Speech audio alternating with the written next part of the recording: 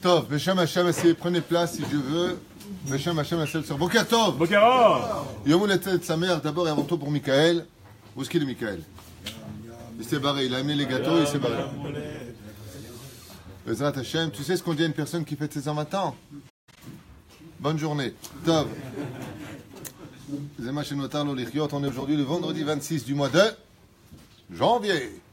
Et le Yud du mois de Shvat. Bezrat Hashem, dans 5 jours, c'est tout Bishvat. L'occasion de pouvoir remercier Akadosh Baruch Hu pour ces merveilleux fruits qu'il nous a donnés sur le pays de la terre d'Eretz Israël. Et pourquoi, d'après vous, juste comme ça, avant de commencer, d'abord et avant tout les Ilou Nishmat, Claudine Chamesh Moterakuka, Félix Ben Esther, Mazal, non, okay. Mazal Bat Simcha, allez, Shalom, Refoua Shlema pour tout le meilleur d'Israël Bichlalam. Est-ce qu'on peut faire pour Yitzhak, Guy, Ben, Gmara et Esther Bat Hana? D'ailleurs, c'est ainsi, je dois noter, j'avais noté quelques noms de gens que je voulais absolument remercier, donc juste un peu de patience. Voilà. Todaraba, Josiane Partouche, que Dieu lui accorde, Bezrat Hashem, une grande refoua shlema, tout ce qu'elle désire, les Chaim Tovim ou le Shalom. Shnia Achat. DJ et Sophie Genoun, Akadosh Baruch Hu yivarech otam bakol mikol kol, baracha revacha bechol maaseh yedehem, וכן השם הטוב, סטפני טייב היקרה, שנייה אחת. Pour Sarah, bat Esther Zichrona Livracha, Roach Hashem Tenachena Began Aiden Elion v'chol hashavot imah bichlal arachamim ve'aselichot v'chen yiratzon v'nomar Amen. Leilu Nishmat. Comment tu dis? Juliette Bat Claudine. Juliette Bat Claudine. Bezrat Hashem refoua shlema החלמה מהירה ובכללה ממורתים הקדושה והטהורה. בת יפחת מרים, חיה בת מרים היקרה, וכן יפה בת שמש. כל עם ישראל, דוד חיים, בן נוח, החלמה מהירה בעזרת השם, une grande הצלחה pour tous les tormim, que Dieu nous bénisse. On est dans la paracha de Beshalach. Ce Shabbat possède un nom. Vous savez qu'il y a plusieurs Shabbats. Shabbat Agadol, Shabbat Teshuvah. Et ce Shabbat s'appelle comment? Le Shabbat Shira. Lama Shabbat Shira. On a tout simplement Shirat Hayam, c'est quelque chose qu'on donne, c'est un surnom que l'on donne dans la paracha de la semaine pour nous enseigner que ce Shabbat, il a une âme dans une âme. Lama. Bien parce que, très brièvement, je ne sais pas si je voulais commencer par ça, je vous le dis franchement, mais je suis obligé quand même de dire un mot sur ce sujet-là, puisque ça s'appelle Shabbat Shira, c'est un chant, c'est un Shabbat spécial qui porte le nom de Shira. Shira qui veut dire quoi?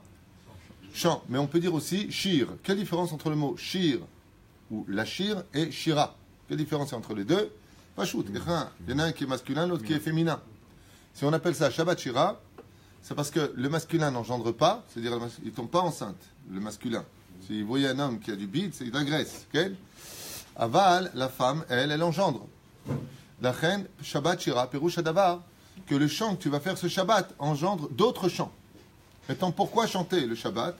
Eh bien, parce qu'il y a une prophétie à l'échelle nationale. C'est quelque chose qui est très... qui ont été faits. Okay? Aval, c'est à l'échelle individuelle. Par exemple, tout à l'heure, on parlait de Hashira de Dvorah. Qui c'est qui a eu la prophétie? Qui c'est qui a chanté? Dvorah. Tachles. Aval, ici, on a quelque chose de Yotse Min Aklal. On a quelque chose d'assez exceptionnel. C'est que c'est l'entité du peuple d'Israël qui devient tous des prophètes. Et quand on est prophète, eh bien, on chante. C'est-à-dire que, ce que je veux vous dire, c'est un petit peu bizarre à entendre, mais ce Shabbat, dans l'absolu, donc c'est un Shabbat où il faudra plus chanter que d'habitude.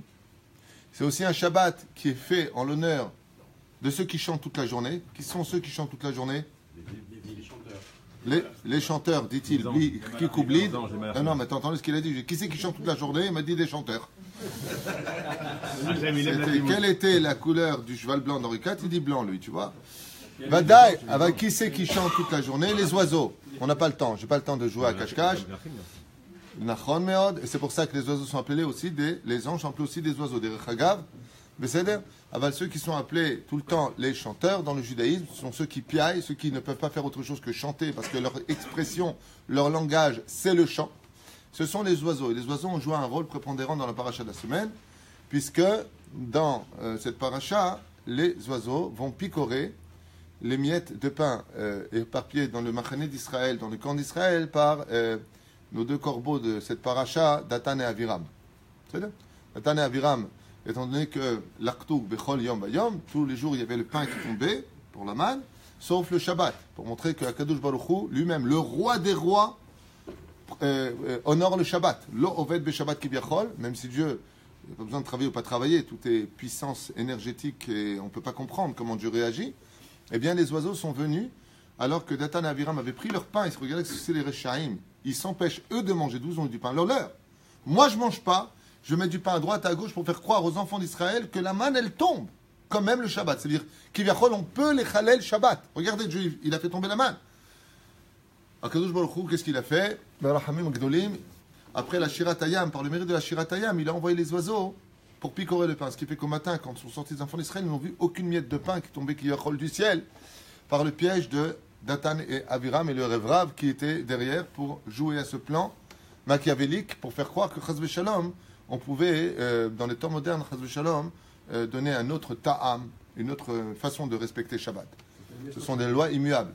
Mais la reine, c'est aussi le Shabbat des oiseaux. Alors on a une marque dans ce domaine, à savoir est-ce qu'on a le droit de donner ce qui reste de la Kedusha de Shabbat aux oiseaux. Dafka, pour ce minag-là, c'est une tradition juive, oui. On a l'habitude de prendre les miettes de pain. D'habitude, on les mange. C'est une ségoula, les miettes de pain, pour devenir une bonne parnassa. Toujours tu les prends, tu les manges. Ah bah, ce Shabbat-là, c'est Shabbat, parce qu'on n'a pas le droit de donner à manger un animal qui n'est pas le tien. Par contre, tu n'es pas concerné par la halakha qui dit d'abord d'abord tes animaux, ton animal à toi. Mais les oiseaux, ce pas tes animaux à toi. Shabbat, on a l'habitude de prendre ces miettes de pain ou alors de les déposer, il y a même des minagim, ils les déposent en efker, c'est-à-dire en abandon sur la fenêtre. Les oiseaux, ils sont très contents, ils viennent picorer. C'est une façon de reconnaître, une reconnaissance comme ça pour les oiseaux, pour ces traditions juives. Donc, petit 1, on a l'habitude de chanter beaucoup plus ce Shabbat-là, Shabbat Shira, c'est-à-dire quand tu as fait un chant, c'est Shira, pas Shir, Shabbat Shir, non, Shabbat Shira, engendre encore un chant, tout comme le chant et comme la femme. Pérouche à d'abord qu'elle engendre des enfants, une descendance de cette même façon. Ce Shabbat, nous allons engendrer une descendance maintenant. Mais Masheken Meod Manien, c'est la Shira de ce Shabbat.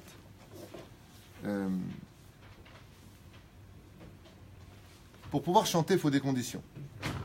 Au niveau national, pour pouvoir chanter dans le Shirat Hayam, il faut des conditions. La première condition, c'est laquelle? Une belle voix, au moins. Une belle voix, au moins. Toutes les voix sont belles. Je me rappelle qu'une fois, j'ai eu un invité à la maison. Il avait une voix de casserole que même dans le métro, il n'aurait pas eu une pièce, le mec. Donc, vraiment une catastrophe. Mais il chantait tellement de tout son cœur que je lui ai dit, vous avez une très belle voix. Il m'a regardé comme ça, très étonné, il m'a dit, c'est la première fois qu'on me dit ça. Je lui ai dit, non, vous avez la voix du cœur. Ça veut dire qu'il chantait tellement de tout son cœur, qu'il n'y a pas une plus belle voix au monde que celle qui chante en l'honneur d'Hachem, en plus de la Tmimout, parce qu'il inventait des paroles. Non, c'est terrible. C'était terrible. Mais la voix était catastrophique, les paroles étaient banales, mais je vous souhaite de chanter avec autant de cœur que lui chantait en l'honneur d'Hachem. C'est la plus belle voix du monde. D'accord? Et la reine, ceci étant, tu as raison, c'est bien d'avoir une belle voix. Alors, il faut des conditions. La première condition, c'est, pour chanter, c'est quoi? La première condition. Chanter avec le cœur. Ça, je viens de le dire. Joyeux, être joyeux. Hein? Être joyeux. Joyeux. Si tu veux. Envie de chanter. Non, essaye de rester dans le contexte de la paracha de la semaine. Connaître les paroles, peut-être. Oh, il a fait, mais alors ce qui est très intéressant, c'est que personne n'a parlé à l'autre. On est 3 millions d'Hébreux à sortir d'Égypte. Ouais. Et il n'y en a pas un qui a dit à l'autre, distribuer des feuillets à Zécheron Chauve en Israël. C'est ça. Je vous demande les conditions du chant. C'est-à-dire, qu'est-ce qui a mené les enfants d'Israël d'un coup de Az Yesheron Chauve. Alors, il a fait mode. C'est une prophétie qui est venue envahir l'esprit des enfants d'Israël jusqu'à la Chifra, tout ce que tu veux. D'accord. C'est la sœur de Si on est Moshe d'accord, qui a c'est un qui les a remerciement. entraînés. Non, c'est après, c'est à la fin. Quand ils ont vu leur, comment ça s'appelle, leur oppresseur mort, en fait, c'est là qu'ils se sont sentis libres, c'est ça qui leur a donné envie de chanter. C'est à ce moment-là qu'ils se sont sentis libres. Vayaminu b'Hashem b'Moshe Avdo, la Mouna, elle est venue à ce moment-là. Oh, enfin une bonne réponse, c'est que pour pouvoir chanter, il faut avoir de la Emouna. Tu ne peux pas chanter si tu n'as pas la Emouna. Petit 1, Vayaminu b'Hashem ou Moshe Avdo. Si tu veux arriver à une shira, c'est-à-dire si tu veux arriver à cela, il faut petit 1, avoir de la Emouna au Rav, d'abord à Hachem et après à ton Rav. Ça veut dire que si tu n'as pas cette hiérarchie au-dessus de toi, de l'Amin Bachem, et que ce qui dit ton Rav, je ne parle pas d'un Rav, aujourd'hui il y a beaucoup de problèmes comme ça, il y a beaucoup de problèmes, il ne faut pas exagérer non plus, mais il y a beaucoup de gens qui se font passer pour Rav, mais non, bidou Rabanim, sans Chazoucham juger. Ken Aval, des Rav qui viennent et qui disent par exemple des brachot, comme ça on m'a raconté. Le mec dit Baruch Ata Hashem Shakon Ya Bidvaro. Alors je voulais vous dire que dans la Torah, le mec il boit pas. C'est pas un Rav, c'est un ravagé. C'est un sourd de faire une chose pareille. Mais la reine fait très attention à cela. Mais Keikaron, si le Rav c'est un Tamit Racham d'une bonne réputation, il va al pi alacha, et c'est quelqu'un qui a du savoir-vivre vis-à-vis des autres.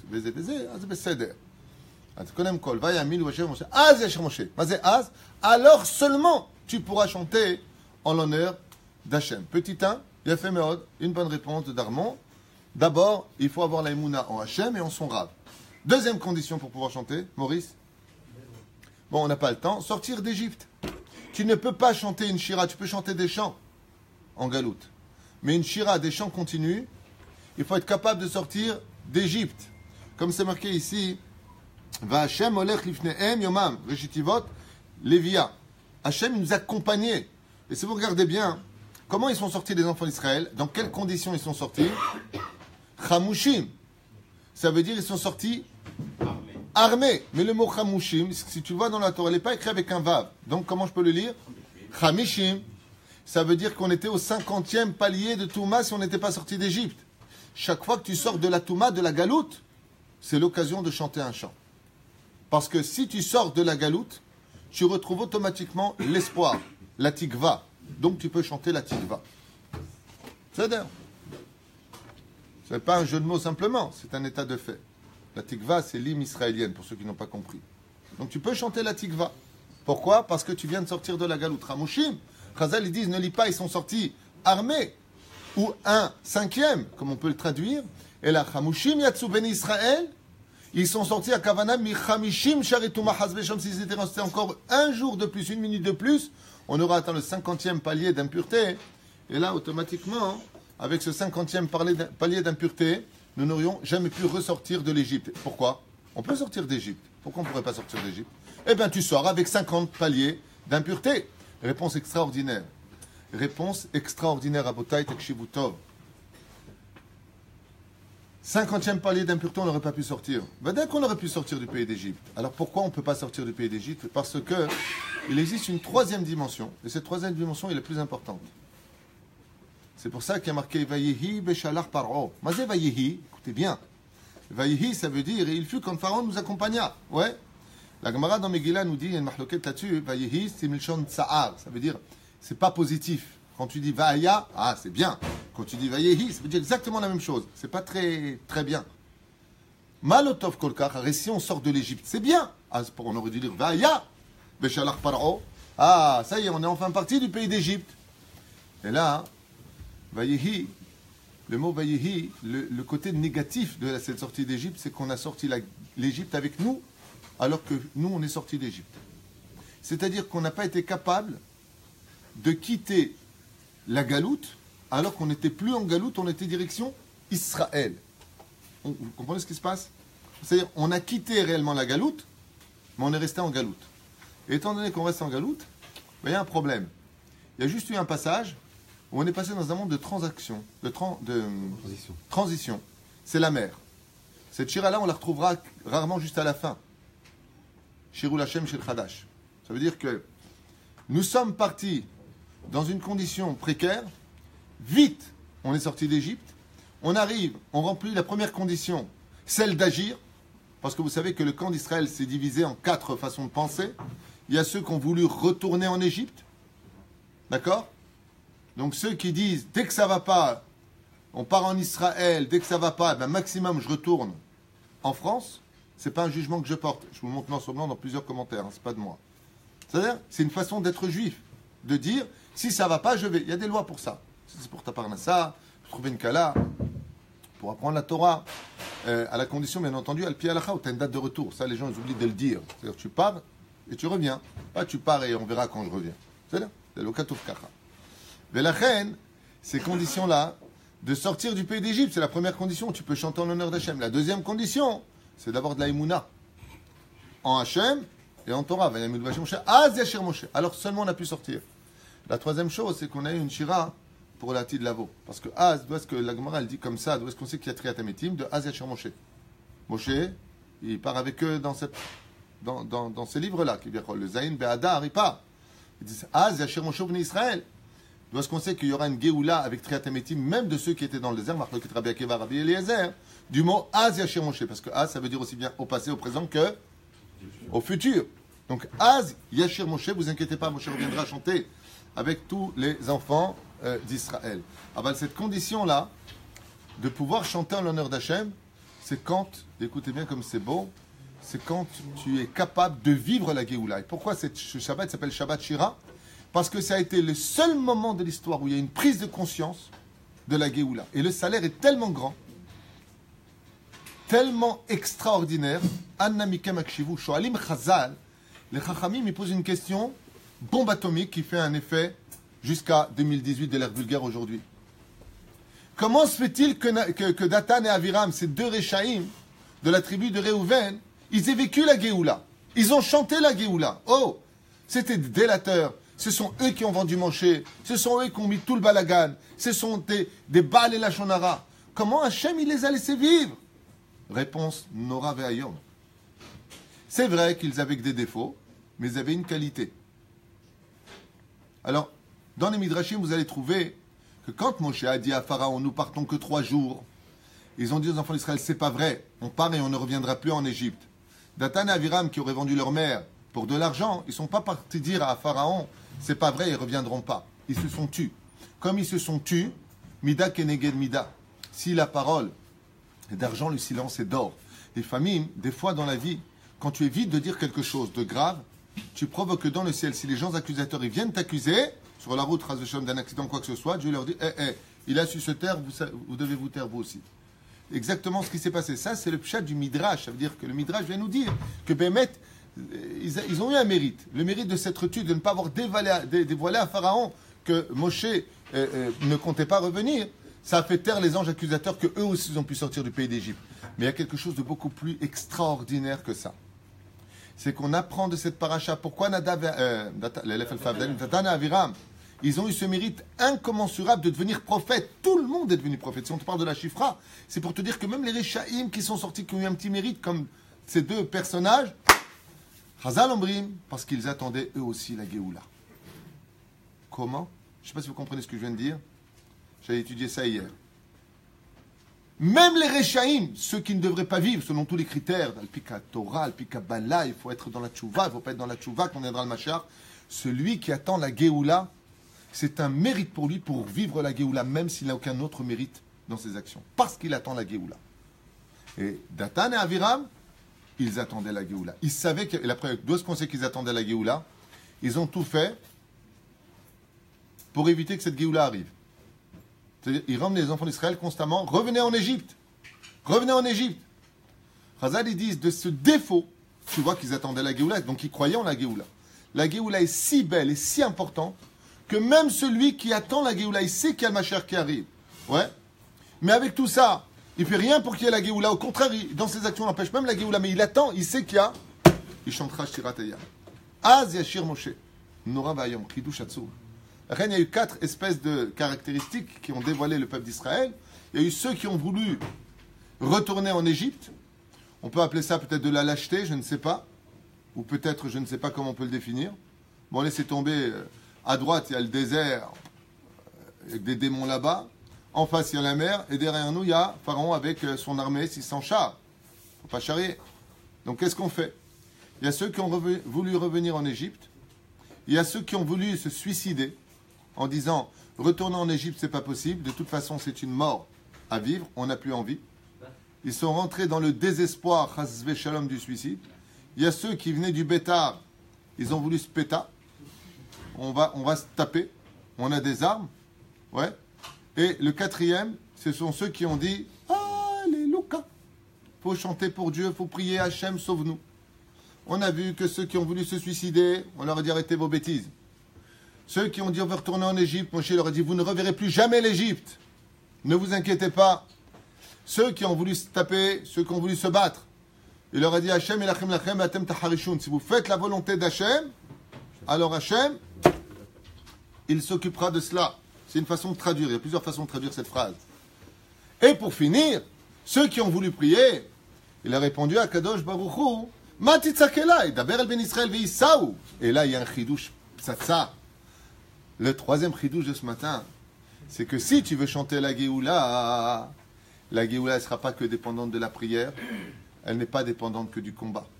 Elle n'est pas dépendante du suicide, chasvé shalom, et elle n'est pas dépendante de tout ce que tu veux. Juste agis, bouge, rentre dans la mer.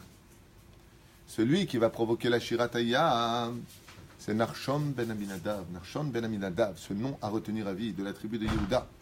Ils ne sont pas que lui rentrer. Les femmes ont poussé les hommes à rentrer. On bouge. La Géoula et le chant final dépendra d'une chose essentielle. De la prière, Yiratson Hashem, quand tu es à Paris ou tu es à Londres ou tu es à New York. Yiratson Hashem amène la Géoula. Matitza Kelai. Ah, Zéchir Moshe, c'est pas une histoire ancienne, c'est aussi pour l'avenir. Prends un billet d'avion, Habibi, remonte dans les lal, bouge. Bouge tes jambes. Une, deux, bouge tes jambes. Qui sera le Narshon ben Aminadav? Et alors?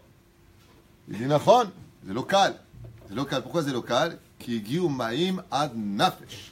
Parce que l'eau, elle est arrivée jusqu'où? Jusqu'à te bouger. Et qu'est-ce que tu as fait une fois que tu es arrivé? Tu ne peux plus respirer. Narshon ben Aminadav, il a dit, je ne peux pas aller plus loin que ça. Hein? יפה מאוד. זה כבר חסידות. רבי מאיר אברהם, il a eu un problème. Il ne pouvait plus prier. אבל il faut savoir une chose, Hachem, il entend la prière du cœur aussi. אבל תפילה שלא נשמע לאוזנו, זה בעיה. אבל il y a une prière qui est extraordinaire. Il y a une prière qui s'appelle la prière du silence. Ça veut dire quoi? Tu sais ce que ça veut dire ça? Dans la chassidut, si tu veux continuer, quand tu parles de Narshon ben Aminadav, qui est arrivé jusqu'à ce que l'eau soit arrivée là, donc il ne peut plus rien faire. Qu'est-ce qui reste comme détail? Les yeux. Chazal, ils disent que la prière des enfants d'Israël n'a pas été entendue en Égypte. Jusqu'à ce qu'il y ait marqué Vaishma et Na'akatam. Na'akatam, c'est le soupir. Il y a des moments dans la vie où c'est la sueur des mains qui monte prier. C'est le soupir, ou alors le regard. Ça veut dire que, comme on l'apprend dans le Pérek Yud Gimel de Shoftim, avec Shimshon, Samson, quand il s'est battu et qu'il arrivait à perte de force totale, il était épuisé, il ne pouvait plus parler, comme ça, du Midrash. L'oyelo koach, l'itpalel, s'il ne buvait pas, il mourrait. Shimshon. Et qu'est-ce qu'il a fait? Il a levé les yeux vers le ciel. C'est pour ça qu'on dit et ça, enai, elle est harim. Des fois, quand tu ne peux plus prier parce que tu n'as plus la force de prier dans la vie, Rabbeinu Davka, que tu lis la Chassidut, il dit avant de prier, il y a un degré supérieur à celui de la bouche. C'est celui des yeux, qui est au-dessus de la bouche. Des fois, quand tu regardes le ciel, tu vas engendrer que ta prière elle est reçue, pas par ta parole, mais par tes yeux. Et ça, enai, elle est harim. Des fois, c'est les yeux. Et Narshon ben Aminadav, il a très bien compris ce 121e Teilim, où quand il est rentré dans la mer, il a regardé avec ses yeux le ciel. Et la mer s'est ouverte. Et ce message-là est très important pour nous. Pourquoi? Parce que la Shirat Hayam a pu démarrer à partir du moment où on a agi. La Géoula, elle ne dépend pas que de la prière. Elle ne dépend pas que du retour à Tzion. Elle dépend de l'action. Je ne sais pas si vous comprenez cette situation, mais aujourd'hui, nous sommes dans le monde de l'action. Il y a la Gvutsa qui va prier dans les yeshivot. Il y a la Gvutsa. La Gvutsa, ça veut dire le groupe qui va vouloir se battre. Il y a les Chayalim. Prends les armes. Hamushim. Nous, on est prêts à se battre. Il faudra tout cela. Mais on voit que celui qui donne la Totsa finale, c'est celui qui bouge. Et lui, il bouge avec quoi? Avec toutes les armes. Mais l'arme principale, c'est laquelle? Vaya minu bashem shavdo. Qu'est-ce qu'il a fait Narshon ben Aminadav Rabotai? Il dit, je ne comprends pas. Si le sifflet d'Agéoula a démarré, si Hachem il a fait tous ces prodiges pour nous, alors il y a Azman de les Amin. Et là, il y a Moussa Reskel extraordinaire. Il y a beaucoup de gens qui croient, sans juger, j'explique, écoutez bien. Il y a des gens qui croient. Tamamin d'Hachem Ken. Alors pourquoi tu ne vas pas en Israël? Pourquoi tu ne prends pas le Kivun d'Eretz Israël? Pourquoi ça ne s'est pas ouvert pour les autres? Parce qu'il n'y a pas un qui a agi. Narshon ben Aminadav, il a répondu avec tout le monde. Ani ma'amin b'Hashem, moi je crois aussi en Moshe, j'ai de l'aïmouna en Hachem. Alors Narshon s'est retourné, alors venez! Il n'y en a pas un qui a bougé. Il a dit, vous n'avez pas compris. Si tu as de l'aïmouna et que tu n'agis pas, c'est que tu n'as pas d'aïmouna. Alors ils sont tous rentrés derrière. Vayosha Hashem Bayomahu. Quand est-ce que Hashem va nous libérer? Vayosha. Il est venu nous libérer quand on a commencé à agir. C'est l'action qui amènera à la Géoula finale. C'est pour ça que le Melech HaMashiach, dans le Ilchot Rambam, ne dépend pas de la parole. Le Mashiach, il ne dépend pas de la parole. Le Mashiach, il dépend de l'action. On attend de lui des actes, pas des mots. Pas de... Comme on en avait parlé à une époque, pas le journal « Eh les mecs, je suis Mashiach !» T'es Mashiach, prouve-le. C'est des preuves qu'on attend de toi. Pas comme la chrétienté qui a fait apparaître un Gugus qui a dit « Je suis Mashiach, je suis le Messie !» On lui a dit « Mais non, Messie, c'est un joueur de foot. » Parce que si t'es Mashiach, tu dois reconstruire le 3e temple. Tu dois ramener tous les enfants d'Israël en Israël. Tu dois leur Ziratara, les Yoshna, rapporter les lois. Il ne pratique pas les changer.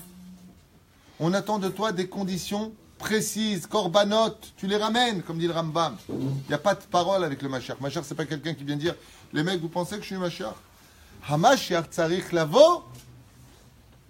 Et de qui plus est apporter un nouveau chant en l'honneur d'Hachem. C'est pour ça que quand viendra la Tid Lavo et ta Géoula, on dira tout simplement Shirul Hashem Shir Chadash ki niflaot asa. Car il nous a fait pour nous de grands prodiges. Comment Dieu s'est dévoilé dans la Emouna? Est-ce que Hachem il est venu dans la Emouna avec des mots? Ou est-ce qu'Hachem il est venu dans la Emouna du peuple d'Israël avec des actions, des 10 plaies? Est-ce qu'Hachem il s'est dévoilé par croyez en moi et vous serez sauvés? Des blablabla? Ou est-ce qu'Hachem il s'est dévoilé en disant afin que tu racontes aux oreilles de tes enfants et de tes petits-enfants ce que je me suis joué de l'Égypte, que tu as vu de tes yeux. Tu as vu avec tes yeux que j'ai agi. Et pourquoi Hachem Dafka il fait ça? Pourquoi Hachem il n'a pas mis tout simplement comment apporter la Géoula? Qu'est-ce que vous en pensez de ce plan? Qu'est-ce que vous pensez de ce plan? Hachem, comment il amène la Géoula? Il met de la Emouna dans le cœur de Pharaon et de tous les Égyptiens. Il se dévoile à eux. Imaginez, Pharaon il se lève un matin et il dit vous, les enfants d'Israël, l'Éternel, notre Dieu, s'est dévoilé. Et il m'a dit de vous libérer. Et tu as tous les Égyptiens qui disent Chaussez au moine. Amen. Vous êtes les enfants de Dieu. Pourquoi pas comme ça? C'est mignon. Mais parce qu'il n'y aurait pas eu des mounas. Parce que Dieu est obligé de nous montrer comment croire en lui. Agissez, bougez. J'ai créé le monde de l'action. Tu as vu ce qui se passe aujourd'hui? Quelle est la plus grande avodazara de cette génération? La plus grande de toutes, qui a dépassé carrément les femmes et l'argent. Les films. Les films. Les films cinématographiques. Les gens sont toujours avec des films, des moment libre, des films. Comment on fait démarrer un film quand tu tournes un film? Action. Là où il y a de l'action, hein? Exactement. C'est-à-dire que les films sont une catastrophe parce qu'ils te laissent à l'état de passivité pour te laisser faire croire de l'imagination que... Je parlais avec quelqu'un récemment, une femme qui cherche à se marier, comme tant d'autres d'ailleurs, et je lui dis comment vous occupez vos journées? Elle me dit je vois des films d'amour. Eux ils sont dans action et je lui dis alors, elle me dit ben pour moi je pleure, je vois la fille elle se marie, elle est aimée, je viens la chercher. Zélo l'erkacha. Dans la Torah, il ne faut surtout pas te laisser avec un cerveau qui te laisse voir l'autre agir. À toi de bouger. C'est pour ça que si vous regardez bien, toutes les mitzvot de la Torah ne sont pas dépendantes, si ce n'est que d'un seul combat. Les anges, quand ils sont venus dire à Moshe Rabbeinu pour le don de la Torah, pour la paracha de la semaine prochaine, ouais, quand ils sont venus de l'autre côté, qu'est-ce qui s'est passé? Eh bien, ils ont dit à Moshe Rabbeinu, nous aussi on étudie la Torah. En quoi Moshe il les a gagnés? Quelle a été l'argumentation de Moshe Rabbeinu? Mais vous pouvez avoir une Torah de pensée, mais Dieu veut une Torah d'action. Ça veut dire que si tu viens et que tu dis à l'image un peu d'Ariston, de Platon ou de Socrate, je crois en Dieu, mais que tu n'es que philosophie de cette émouna, tu ne fais pas partie des gens à qui Dieu veut donner la Torah. C'est pour ça qu'il y a une question très importante qui se pose. C'est pour ça que Moshe, qu'est-ce qu'il a dit? Vous êtes sortis d'Égypte, vous êtes sortis, vous avez bougé, vous? Vous ne pouvez pas bouger. Chez Neymar Malachim, Omdim, les anges, ils se tiennent, ils ne bougent pas. C'est le monde de l'action qui compte. Tu veux sortir de la galoute, alors il va falloir que je te montre comment faire. Regarde, je vais agir. La plaie du sang, je vais agir. Je vais faire venir des grenouilles, je vais apporter, je vais donner, je vais bouger. Ani mevi lachem. Vous voyez bien que je me dévoile dans le domaine de quoi? Vayaminu b'Hashem Moshe Avdo, de l'action. Donc si tu es ma'amin b'Hashem, ce n'est pas par la prière ou la philosophie. Prouve que tu crois en Hachem. Lève-toi le matin, mettre les téfilim. Sois présent, fais bouger tes jambes en direction de Beth Midrash. Construis ce pays. Montre l'histoire de la nation. D'ailleurs, c'est une très grande question qui se pose. Je fais une parenthèse dans la parenthèse, c'est pas grave, je suis un peu chaud ce matin. It's gonna fine. Tu as une question après, donc on n'oubliera pas. Normalement, quand on est sorti de la paracha de Bo el Paro, pas que Pharaon était beau, il était Shem, mais Tachles, Bo el Paro. Quelle est la paracha logique qu'on aurait dû tout de suite trouver? Tachles. Ben, la paracha de Yitro. Ça veut dire que nous sommes arrivés dans une situation où on aurait dû sortir d'Égypte pour aller vite chercher le médicament de notre peuple, de notre histoire, notre élixir de vie, l'étude de la Torah. Pourquoi il y a une paracha intermédiaire entre les deux? Alors pour ça, il y a beaucoup d'explications, mais c'est tellement important de le comprendre. Parce qu'on n'était pas prêt à agir vis-à-vis de la Torah. Il fallait qu'on prouve à Hachem qu'on était prêt à le suivre dans le désert pour recevoir la Torah. L'Erter Haharai Bamidbar, Beretz Lozerwa, sur une terre qui est aride. Parce que, étant donné que la Torah nous a été donnée pour vivre essentiellement en Eretz Israël, comme le dit le Rambam, 80% des mitzvot de la Torah sont dépendantes, disent les Chachamim, d'Eretz Israël, si vous regardez tout Tariag Mitzvot. Mais la reine, Eretz Israël, c'est un pays où il faut surtout agir. C'est un pays où il faut bouger. Donc, étant donné qu'on n'était pas prêt à bouger parce qu'on était esclave à la sortie d'Égypte, c'est pour ça que la Gemara nous dit qui est qui de mettre Tefillin en tant que juif? Qui est le juif qui est qui de mettre Tefillin? Question pour un champion. Maurice. Hein? Celui qui n'a pas de bras, il me dit, je meurs de rire. Pardonnez-leur, Seigneur, ils ne savent pas ce qu'ils disent. Tu effaceras cette scène-là. Qui est qui des Tefillin quand il est juif? Celui qui n'a plus de bras. J'aurais tout entendu ici. Hein? C'est non, je parle de façon tmidite. Qui est celui... Question pour un champion. Mishnah, Gemara, non? Non, ma putain. Qui est le juif qui est qui de mettre les tefillin? Il est qui? Il n'a pas les mettre. Ah, celui qui est honnête. Comment on finit la paracha la semaine dernière? On sort d'Égypte. Quelle est la misva que Dieu nous donne? Bon, on n'a pas le temps, les tefillin. C'est vraiment, vous n'êtes pas du tout concentrés. Vous êtes nombreux, mais pas concentrés, c'est inquiétant. On va tout couper. Ouais, on va tout couper là, ça va pas du tout. Je répète. Ça finit comment la semaine dernière où on sort d'Égypte? Ça y est, on sort. Quelle est la misère que Dieu. Quel rapport? Le Eved, Patour, Mianichat Filin. L'esclave juif est qui de mettre Filin? Lama, comme la femme, comme le choté, comme l'enfant, Patour, Mizot, Shazman, Grama. C'est marqué dans plusieurs endroits dans la Mishnah. D'accord? Et c'est quoi mettre les tefillin? La niyah tefillin, c'est mettre les tefillin. C'est le domaine de l'action. Donc qu'est-ce qu'il demande à Hachem? Il lui dit maintenant que vous êtes passé. C'est quoi un Eved? Un Eved, c'est celui qui ne prend pas d'initiative. Le Eved, c'est celui qui a un Adon. Ça veut dire, c'est celui qui a un seigneur.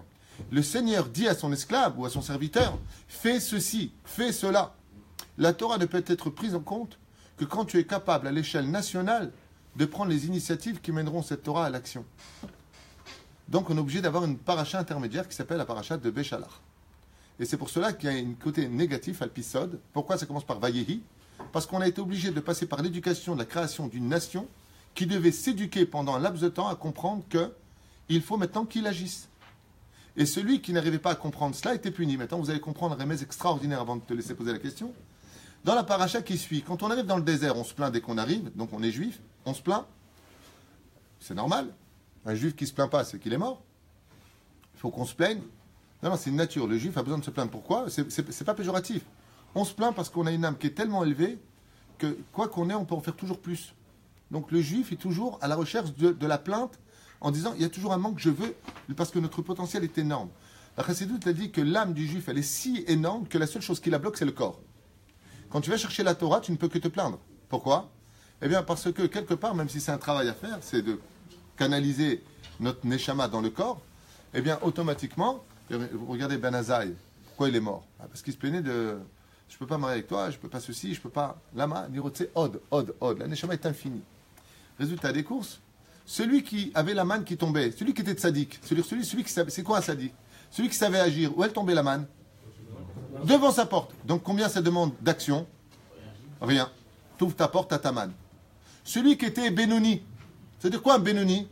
C'est celui qui agit pas. Où est-ce qu'il trouvait sa manne? Au bout du quartier, au bout de la rue. Il traversait plusieurs tentes, plusieurs rues pour aller chercher. Et celui qui était rachat? En dehors du camp. En dehors de la ville. Ça veut dire que lui, par contre, il devait le plus agir. Pourquoi il voulait retourner en Égypte? Pourquoi Datan Aviram et le Revra voulaient refaire revenir les enfants d'Israël en Égypte? Parce qu'en Égypte, on faisait quoi? On agissait. Mais on agissait en tant que quoi? En tant qu'esclave. Qu'est-ce que c'est chercher la Torah? C'est être libre de pouvoir enfin agir. C'est-à-dire que les gens trompent complètement quand ils pensent que laisse-moi tranquille avec la Torah et les mitzvot, je veux être libre. Mais tu te gourres, mon pote. Un Ben Chorin, c'est celui qui accepte enfin de pouvoir agir comme lui il le veut. Je vais vous donner un exemple. Il y a celui qui va traduire comme un esclave. Sabbat, ça me saoule, t'as pas le droit, touche pas à la lumière, touche pas ceci, touche pas cela. C'est comme ça que lui travaille les choses. Donc il va être dépendant de quoi? J'ai envie de voir un film, j'ai envie d'aller à la plage. Qui t'a dit que t'as envie? Ton Yetzirara. Donc qui est ton maître? Eh bien le Yetzirara te donne des ordres. Autre façon de traduire les interdits de Shabbat. Je pourrais allumer la télévision Shabbat, mais je décide d'avoir un autre maître qui s'appelle Hachem. Et à partir du moment où Hachem me demande à moi, Eved Hachem, de travailler pour lui, je suis un homme libre. Parce que de travailler le mal, c'est un esclavage, mais de travailler Hachem, c'est une libération. Et la reine, on est appelé Bnei Chorin. Nous sommes capables aujourd'hui d'être des Bnei Chorin parce que l'action que je vais avoir, elle va être dans la dimension de servir ma liberté, celle qui me mène à comprendre pourquoi je suis venu au monde. Celui qui travaille le contraire, je suis venu au monde pour profiter. Profiter de quoi? Réellement, tu profites de quelque chose? Tu es vraiment heureux? Tu es vraiment satisfait de ta vie? C'est pour ça que eux, qu'est-ce qu'ils disaient? Mais venez, on retourne en Égypte, là-bas. C'est vrai qu'on n'était pas heureux, mais on mangeait le poisson chinam. On n'avait pas l'obligation de faire le Birkat Amazon après, Netilat Yadayim avant. On n'avait pas toutes ces obligations. Ils ont traduit la Torah dans le monde de l'action passive. On te dira à toi ce que tu as à faire. Le but de la Torah, pourquoi on est obligé de passer par la mer Rouge? Pourquoi on est obligé de chanter pour Hachem? Parce que le fait de servir Hachem dans la joie démontre là que l'action va être au service de celui qui te donnera des ordres. Et ça, c'est une dimension qu'on se doit tous d'attendre aujourd'hui. Je ne monte pas en Eretz Israël, je ne mets pas les tefilines, je ne fais pas les choses parce que je vais y gagner quelque chose. C'est un combat d'action. Monter en Israël, c'est un combat. Quitter Tzel Milchama.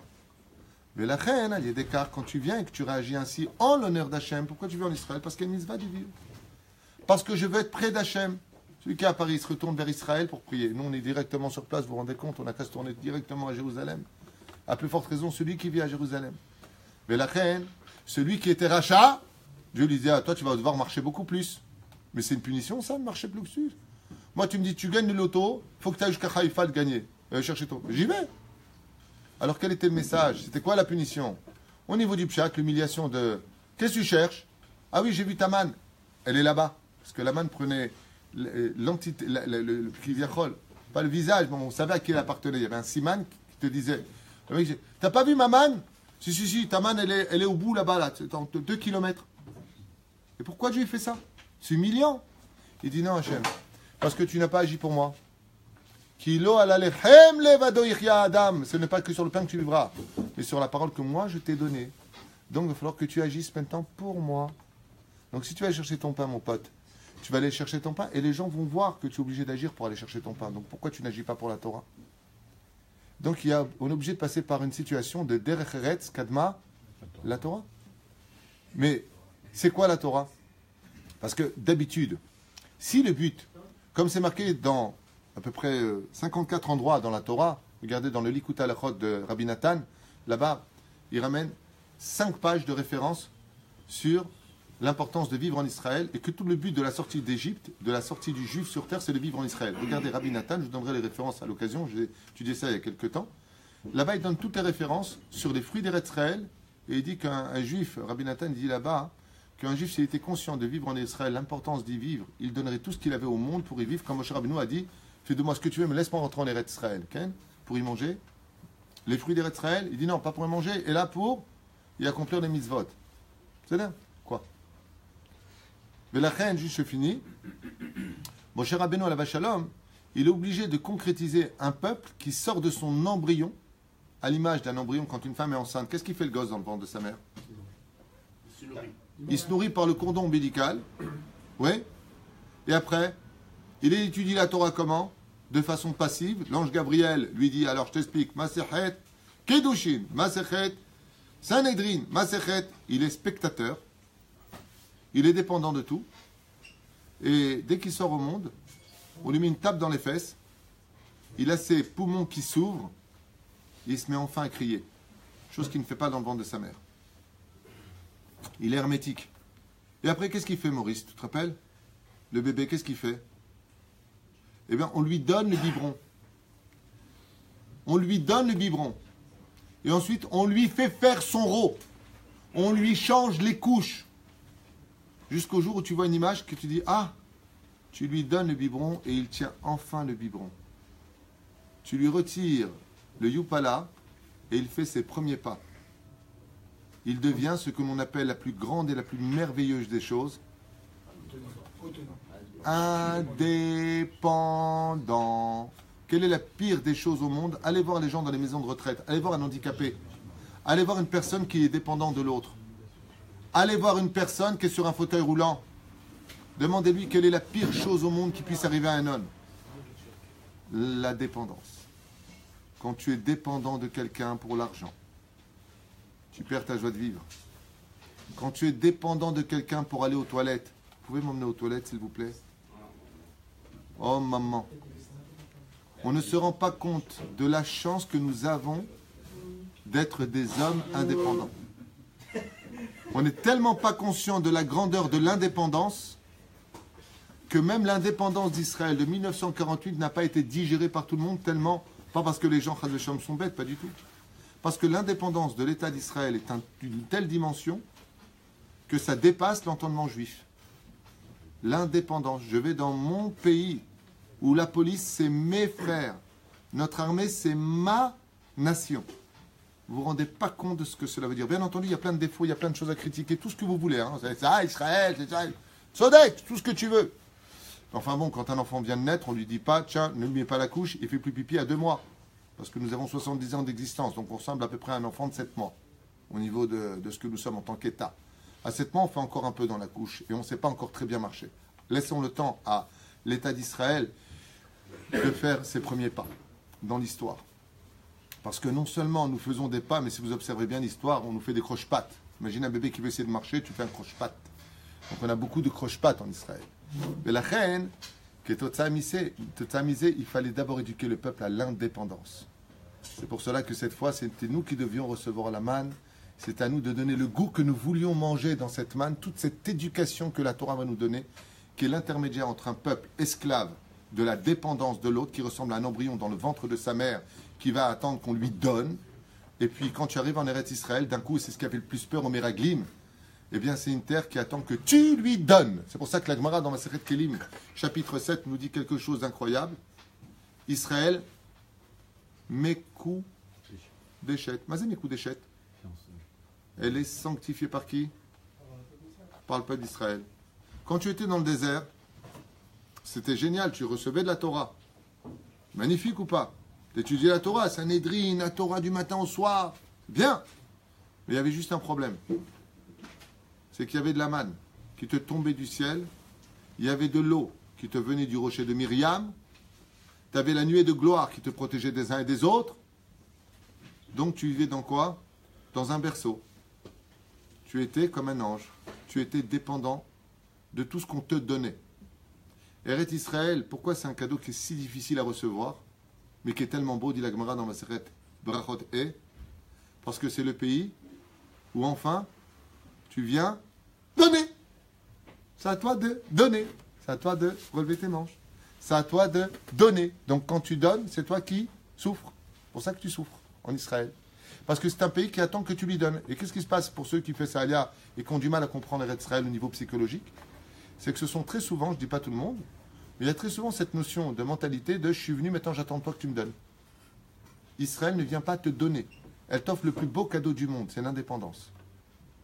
Mais maintenant, c'est à toi de donner. C'est pour cela que sortir de la galoute, c'est accepter enfin l'idée que je vais donner quelque chose et non pas prendre quelque chose. C'est pour ça que vous avez compris ça, maintenant vous avez compris les 5 livres de la Torah. Dès qu'il y a une embrouille, qu'est-ce que demande le peuple? On retourne. On retourne. À quoi tu retournes? À la dépendance. Je retourne à la dépendance. Quand tu viens en Israël, tu retournes à l'indépendance. Et c'est pour cela que la Torah ne peut être donnée qu'à des gens qui savent donner. Naton titen, venatenu. La terre d'Eretz Israël kluya banetina. La terre d'Eretz Israël est dépendante de ce que tu vas lui donner. C'est pour ça que même si, et contre toute attente, à ces 4 caractéristiques, même ceux qui sont venus dans ce pays et qui n'ont pas été capables de respecter la Torah et les mitzvot, ce qui est bien dommage parce que le but de la Aliyah, c'est l'élévation spirituelle, ont un énorme mérite. Vous savez pourquoi?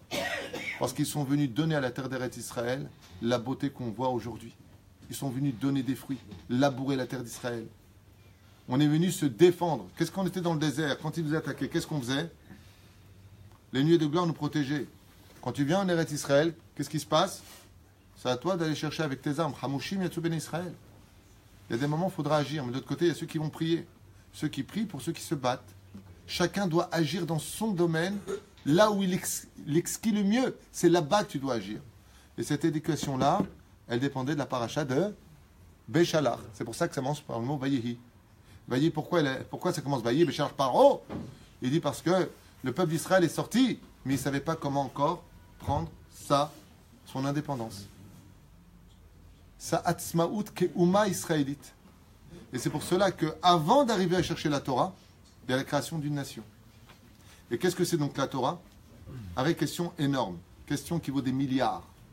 Pourquoi on a eu besoin d'aller chercher la Torah pour entrer en Israël? Arrête les Avot Akdoshim, les Shifteya, ils n'ont pas reçu la Torah.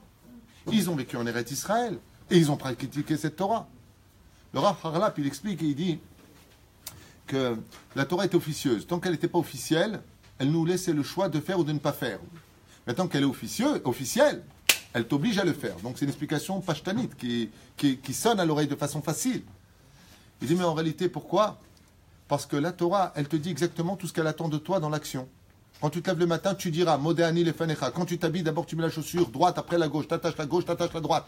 Et ensuite, n'oublie pas, tu mets ton tzitzit, quand tu mets tes tefilines, tu prends le bras gauche, tu le mettras, tu serres. Quand tu dis la bracha, quand tu sors, attention ta tête, quand tu finis, tu viens fixer un temps d'étude, ensuite tu vas au travail, fais attention. Celui qui est Magdim Shalom, il le gagne la... Oh, lâche-moi les baskets, arrête de me dire tout ce que je dois faire. Mais je suis obligé de te le dire parce que tu ne sais pas quoi faire. Parce que votre neshama au peuple d'Israël est tellement grande qu'elle veut envahir le monde de la lumière comme le monde de l'obscurité. Nous sommes forts dans tous les domaines. La Gemara dans Masechet Bet Sadaf Kaf et Amoud Bet nous dit que le peuple d'Israël peut atteindre les plus hauts degrés comme les plus bas degrés. À un tel point que Dieu il me dit, même moi, vous êtes capable de me mettre pire que le dessert à la fin du repas là-bas. La Gemara elle dit. Pourquoi? Parce que l'étention du peuple d'Israël est si grande qu'on peut descendre dans le plus profond de l'Égypte, comme monter dans les plus hautes sphères, c'est ce qui se passe. On est au 49e Chamushim, Altikra Chamushim, la Chamishim, Sharetuma, Yatsu Bene Israël, Mitzrayim, pour arriver où? Au Har Sinaï, Azeshir Moshe, devenir des prophètes d'Israël. Mais en tant que quoi? En tant que nation. Et c'est ça, toute l'action d'Israël. Quel est le but principal de la paracha de Béchalar? Maran Rav Kook Zatzal, il dit que le but principal, c'était d'arrêter l'individualisme du peuple d'Israël, c'est-à-dire des entités, mais de devenir enfin une nation. Parce que quand le peuple d'Israël est capable d'agir au niveau national, alors on est capable de devenir des prophètes.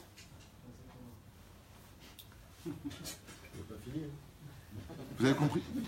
Zenora Vaillon, extraordinaire.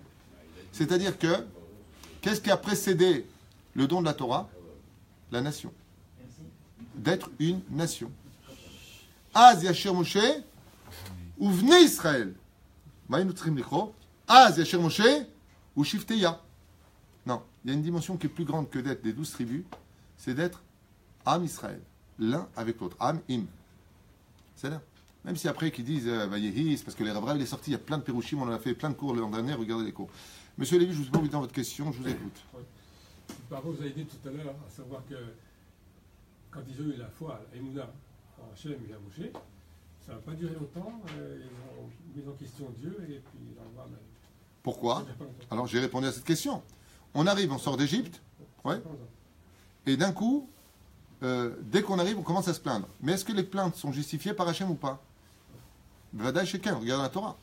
Qu'est-ce qu'ils disent l'enfant? On a soif. Qu'est-ce qu'il dit Hachem? Sodek. Prends le bois, jette-le dans l'eau amère et il deviendra douce. Ouais. Donc vous voyez qu'Hachem, il cautionne. Ce n'est pas la plainte qui est dérangeante. Tu as le droit de te plaindre en disant Hachem, j'ai besoin de plus parnassa, tu vois bien que je m'en sors pas. Ce qui dérange Hachem, c'est pour ça que le plus haut degré d'Emouna, c'est celui qui ne compte pas sur le miracle. Ça ne va pas, parce que croire au miracle, c'est-à-dire Anim Amin Bachem, ok? Je crois au miracle, mais on a expliqué que ce qui comptait, c'est l'action. Ça veut dire que Vaya Aminu Bachem Moshe Avdo, Az Hachem Moshe, mais ils sont rentrés. Ce qui fait qu'il n'y a pas d'Emouna si tu n'agis pas. Il n'y a pas d'Emouna si tu n'agis pas. Ce que je veux dire va être très dur à entendre. Ce que je veux dire va être très dur à entendre, mais je vous demande de faire preuve de sagesse et d'intelligence, parce que sinon ça peut être très mal traduit. Le plus haut degré d'Emouna, c'est comme quelqu'un, l'élève Alpha Avdalim, écoutez bien cet exemple qui d'ailleurs sonne souvent dans nos oreilles. La personne dit comme ça, tu peux m'aider? À l'autre, qu'est-ce qu'il dit? Non, Hachem il t'aidera. Alors tu lui dis, et si j'avais voulu demander de l'aide à Dieu, je serais parti le voir au cotel. Je te demande à toi de l'aide. C'est de la kfirout. Tout appartient à Dieu. Et si tu vis, c'est grâce à Dieu. Donc, qu'est-ce que ça veut dire quand quelqu'un te demande de donner de la tzedaka? Il vient te voir toi, il ne vient pas voir Dieu. Eh bien, le but de l'aïmouna, c'est que toi, tu agisses dans la tzedaka en lui faisant comprendre que Hachem t'a donné les moyens de pouvoir l'aider, et que si tu l'aides, c'est parce qu'Hachem te le demande. Mitzvah tzedaka et pas mitzvah oh le pauvre, comme l'aurait fait un chrétien vis-à-vis d'un autre, ou comme Coluche l'a fait avec des milliers de Français. C'est pas ça le but d'agir. L'aïmouna, c'est d'agir au nom d'Hachem, selon la volonté divine.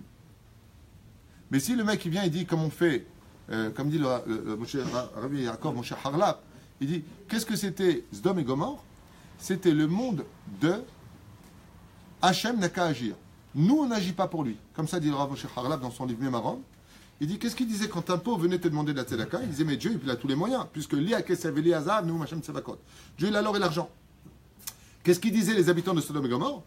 Mais si Dieu il a besoin de te guérir, Rofer Basar Mafila Asot, il a qu'à te guérir. Là, l'Akha, qu'est-ce qu'elle te dit? T'es malade? Obligation d'aller chez le médecin. C'est obligé. Tu vas passer le médecin, mais crève benafsho. Tu es obligé d'aller chez le médecin. Mais pourquoi? Pour habituer l'homme à agir. Mais donne de la tzedaka. Mais Dieu, il pourrait te faire descendre maintenant la manne du ciel. Pourquoi quand on monte en Eretz Israël, on n'a pas la manne qui tombe du ciel, comme le RMI qui tombe de France, la manne de la France, où on t'encourage beaucoup plus à ne pas travailler qu'à travailler. Tu gagnes plus d'oseille si tu ne travailles pas que si tu travailles. Parce que si tu travailles pour ceux qui ne travaillent pas. Lama. Parce que quand on est Eretz Israël, ce qu'on te demande, c'est d'abord à la vraie Emouna. Et la vraie Emouna, c'est quand tu es capable de retrousser tes manches et d'agir en tant que, écoutez bien les mots, c'est dur à entendre, je vous l'ai dit, en tant que Hachem ne se dévoile pas à l'extérieur de moi, mais à l'intérieur de moi. Je répète, parce que c'est une phrase qui demande un cours pour lui-même. La différence entre celui qui agit lui-même et celui qui agit au nom d'Hachem, ça veut dire celui qui attend que Dieu lui dise, c'est celui qui est capable de dire, j'agis parce que Hachem, il est déjà en moi. On a eu une fois ça dans l'histoire, il y a un mec qui a pris l'initiative et Dieu lui a dit enfin, il charcoar. Oh, bravo le mec. Charcoar. Il a agi plusieurs fois comme ça. Ça fera de lui donc le plus grand chanteur, le plus grand des prophètes. Moshe Rabbeinu. Qui lui a demandé de sortir le rêve rave? Personne. Amcha chata, ton peuple a fauté. Ton peuple, je n'ai pas demandé de le sortir, moi le rêve rave. Moshe dit ouais mais non, j'ai pas envie de retourner en Égypte. Parce que tu m'as demandé de libérer toutes les nitzotzot, tu te rappelles? Là-bas. C'est quoi le rêve rave? C'est des nitzotzot, de choses qui sont tombés dans la clipa. C'est des convertis qui sont tombés dans la clipa. Donc, je préfère tous les prendre avec moi, comme ça on n'a pas besoin de tourner en Égypte. Donc, il lui dit Amcha chata. Quand il y a l'étape de la loi, il descend avec elle la faute du veau d'or, qu'est-ce qu'il fait? Dieu lui a demandé de les jeter, de les casser. Mais qu'est-ce qu'il fait, mon cher Rabbeinu? Il agit. Qu'est-ce qu'il lui dit Hachem? Mais depuis quand tu agis si je ne te le demande pas?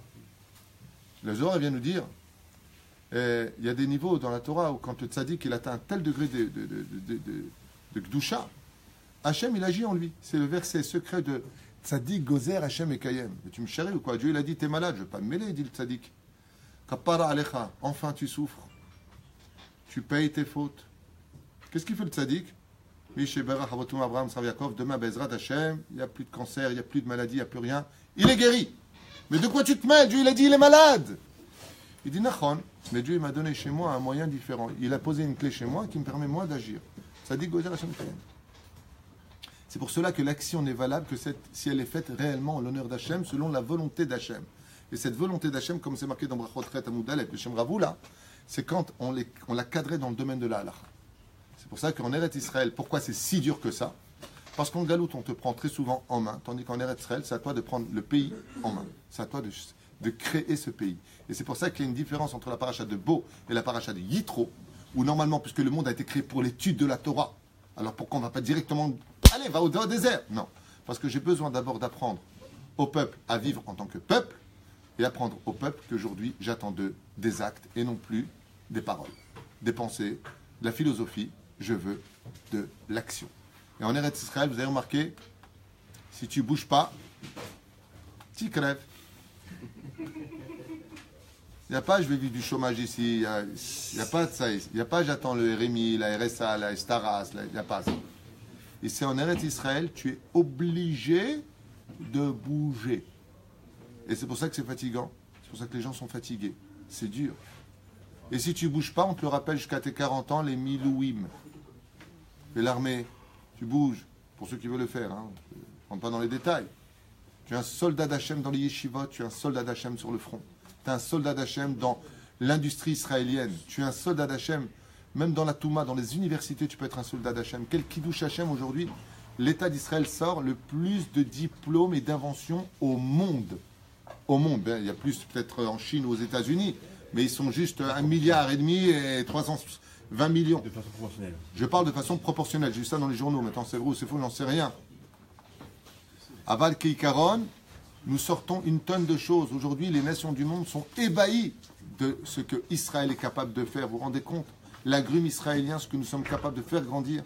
Et finirai juste avec cette phrase pour ce matin, en l'honneur du pays d'Eretz Israël et du peuple d'Israël. C'est pour ça que très souvent, nous avons la paracha, des parachutes dans lesquels nous sommes qui tombent avec Tu Bishvat. Ce n'est pas Minastam. Ce n'est pas Minastam. Nous avons des témoignages historiques que, déjà même à l'époque du Rambam, il n'y avait aucune peuplade en Israël. Déjà à l'époque du Rambam, il y avait des colonisations, il y avait les Ottomans qui sont venus, les Turcs, la guerre avec Godefroy de Bouillon après qu'ils les ont conquéris. Mais il n'y avait pas, ce qu'ils voulaient c'était juste Jérusalem. Parce que tout le monde connaît la vraie valeur de Jérusalem, cette ville qui a fait tellement couler de sang, mais aussi beaucoup d'encre. Et pourquoi Béhémet? Pourquoi n'ont-ils jamais colonisé Israël comme un pays? Par exemple, vous avez des îles qui se trouvent dans les Caraïbes. Ben, c'est des îles françaises. Quand vous parlez de la Guadeloupe ou autre, eh bien, c'est les lois françaises, c'est français, la langue est française. Vous avez des îles qui appartiennent aux Indes au niveau géographique, mais qui sont anglaises, dépendantes de l'Angleterre, des finances d'Angleterre. Quand une loi est votée en Angleterre, cette loi est mise en application dans ces îles. Pourquoi il n'y a pas eu ça en Israël? Pourquoi ce n'est pas possible? Réponse historique et réponse de la Torah elle-même, c'est que la terre d'Eretz Israël ne donnera jamais, jamais autre chose que du désert à toutes les nations qui viendront ici. Ils n'ont jamais réussi. Pendant ces 2000 ans d'absence des enfants d'Israël sur la terre d'Israël à cause de la galoute, où on a été punis d'un côté et on a récupéré les Nitzatzot de l'autre côté, la terre d'Eretz Israël a refusé, comme une femme qui porte une ceinture en bas de chasteté, elle a refusé de se donner à aucun autre homme, c'est-à-dire à aucune autre nation. Mais par contre, dès que les enfants d'Israël sont revenus sur leur terre, on a mis enceinte notre femme, notre fiancée qui est la terre d'Eretz Israël. Et c'est pour ça qu'on dit en hébreu pribitner, quand une femme est enceinte, on dit le fruit de ses entrailles. La terre d'Eretz Israël était capable de donner ses fruits. C'est pour ça qu'en général, il y a toujours Tu Bishvat qui rôde autour de ces deux parachutes au niveau de l'année. Pourquoi on fait la fête de Tu Bishvat avec le Shabbat Shira, la sortie des enfants d'Israël, parce qu'on retourne sur la terre d'Eretz Israël, et la semence qui permet d'ensemencer, de mettre enceinte notre femme, notre terre, c'est justement l'histoire de notre Torah. L'accomplissement des mitzvot, c'est comme du zéra qui rentrerait dans l'ovule pour mettre la terre d'Israël enceinte. Et c'est pour ça qu'aujourd'hui, grâce à Dieu, et grâce à toutes ces actions qui ont été faites, tu ne fais pas un enfant avec un esprit, la femme est là-bas, l'homme est là-bas, avec l'esprit ils se rencontrent, on fait un gosse. Mais pour faire un enfant, ben, il faut agir. Il faut relever ses manches, il faut se déshabiller, et il faut faire l'amour. Il y a un acte. Et dans cet acte qui est fait avec amour, alors tu es capable de produire un enfant. Si tu as eu des kavanotes théorotes, tu auras un enfant comme le Rav Ovadia Yosef. Si tu as eu de mauvaises kavanotes pour le kiff et le plaisir, je vais kiffer mon moment, tu auras des enfants comme d'autres personnages. Mais dans les deux cas de figure, en Eretz Israël, les deux s'appellent des fruits. Un qui est très juteux et très matoc, l'autre qui reste un fruit. Mais il reste quand même une preuve que la terre d'Eretz Israël nous attendait. Parce qu'aujourd'hui, Israël produit absolument de tout.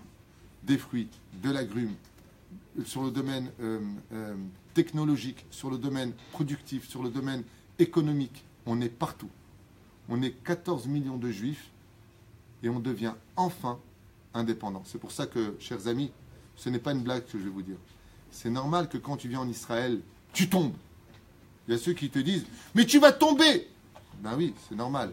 Quand tu quittes le Yupala, là où tu es dépendant de quelque chose qui te tient, le Yupala, tu sais c'est quoi un Yupala? On te met au milieu, tu crois que tu marches, mais tu es dans un Yupala. Donc tu marches, tu fais des bons, mais tu ne peux pas vraiment tomber, parce que tu as une promesse d'Hachem qui descendra avec toi en galoute. Mais quand tu montes en Eretz Israël, tu n'es plus dans le Yupala, ce qui fait que tu vas marcher et tu vas tomber. Qu'est-ce qu'il y a de plus grand d'après vous? Je vous pose une question, chers amis, en vous souhaitant Shabbat Shalom à tous. Qu'est-ce qu'il y a de plus grand? Un bébé qui marche dans son Yupala et qui fait arre, arre, je suis bien? Ou un bébé qui essaie de venir jusqu'à toi, il va faire 2 pas, mais il va tomber 2 fois avant d'y arriver? Qui est le plus grand des deux? Le deuxième. Vous savez pourquoi? Parce que les pas qu'il a fait, ils sont de lui. En Eretz Israël, les pas que tu fais, Habibi, ils sont de toi. Il y a marqué en Eretz Israël que c'est Dieu le spectateur. Chez Neymar, où est-ce que c'est marqué que Dieu est spectateur de ce que il attend de toi en Israël? Il a fait Méod. Les yeux de Dieu sont du début de l'année jusqu'à la fin. Pourquoi les yeux? Dieu! Mais non, sache lire ce qui a marqué. Comprends le langage. Si Dieu y regarde, ça veut dire qui est l'acteur et qui est le spectateur. Tu es l'acteur et il est enfin le spectateur. Tandis qu'en Galoute, il est l'acteur et tu es le spectateur de ton histoire. On t'emmène vers la réussite, j'y vais. On t'emmène vers les fours, Chazve Shalom, j'y vais. En Eretz Israël, on nous attaque, on se lève. Hachem vient avec nous. Nous agissons ensemble. Baruch Adonai l'olam amen. Zach.